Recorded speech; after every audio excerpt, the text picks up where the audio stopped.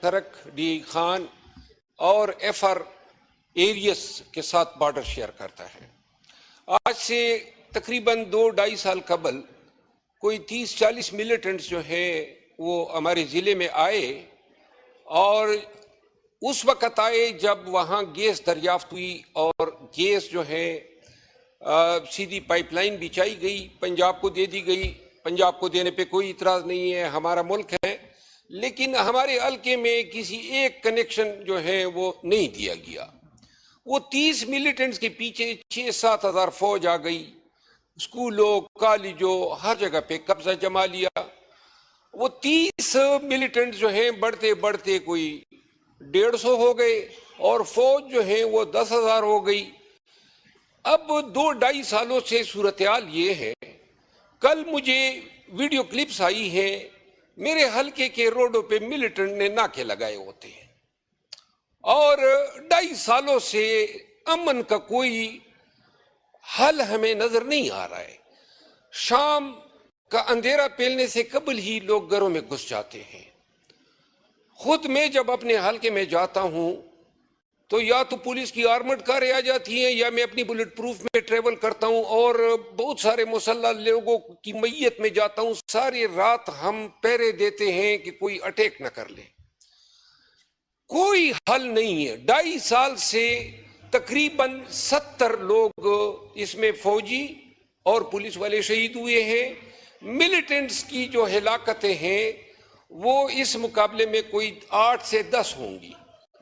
گزارش یہ ہے کہ اگر یہ معاملہ ہم نے قبائلی جرگہ بلایا، قوم کے سامنے رکھا، اب اگر ہم اور ملیٹنٹس خود بات کرتے تو شاید ہم ان کو اپنے علاقے سے نکال دیتے، لیکن نہ ہمیں نکالنے دیا جا رہا ہے اور نہ فوج ان کو نکال رہی ہے۔ کب وہ دن آئے گا کہ پاکستانی یا ہمارے حلقے کے لوگ کوئی امن کا دن دیکھیں؟ ڈکیتیاں، خون خرابہ، اور روزانہ یہ 3 دن قبل جو ہیں پھر 2 پولیس والے شہید کیے گئے۔ ایک بات۔ دوسری بات یہ ہے کہ ہمارے علاقے میں ایک بہت بڑا کارخانہ ہے، ایشیا کا سب سے بڑا سیمنٹ پلانٹ ہے لکی سیمنٹ۔ لکی سیمنٹ مہربانی یہ کر رہی ہے کہ بتے کی کال ان کے پاس چلی جاتی ہے ملیٹنٹس کی طرف سے، اور وہ ڈکلیئرڈ جو ایف بی آر میں انہوں نے ڈیویڈنڈ دیے ہیں، انہوں نے باقاعدہ کربوں میں کمائے ہیں۔ 1 روپے سی ایس آر کی مد میں انہوں نے ہمارے علاقے پہ نہیں لگایا ہے۔ ملیٹنٹ 1 راکٹ داغ دیتے ہیں اور اس کے بعد جو ہے کروڑوں ان کو ادا ہو جاتے ہیں۔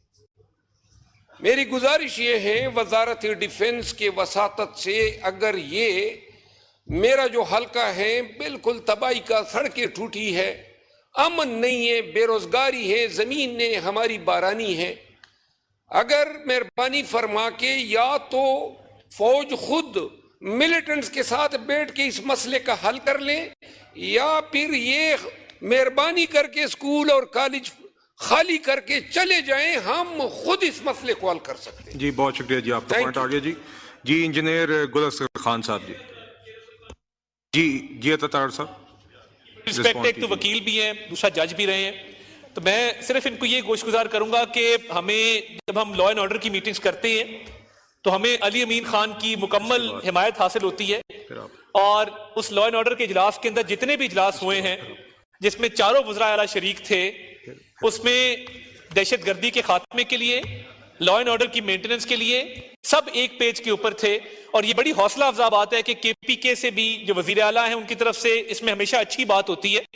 تو اس مسئلے کے حل کے لیے جیسے پہلے عرض کیا کہ نو گو ایریا کوئی نہیں ہے، مگر دہشت گردی کے خاتمے کے لیے انٹیلیجنس بیسڈ آپریشنز کی بھی اور اس کے ساتھ ساتھ ٹارگیٹڈ آپریشنز کی بھی ضرورت ہے، اور صوبائی حکومتوں کا وفاق کا تعاون رہا تو انشاءاللہ تعالی ہم نے پہلے بھی دہشت گردی کو مات دی تھی اور اب بھی دیں گے اللہ تعالیٰ کے فضل سے۔ جی شکریہ عطا صاحب۔ جی گل اصغر خان صاحب، جی گل اصغر خان صاحب کا مائک آن کیجیے جی۔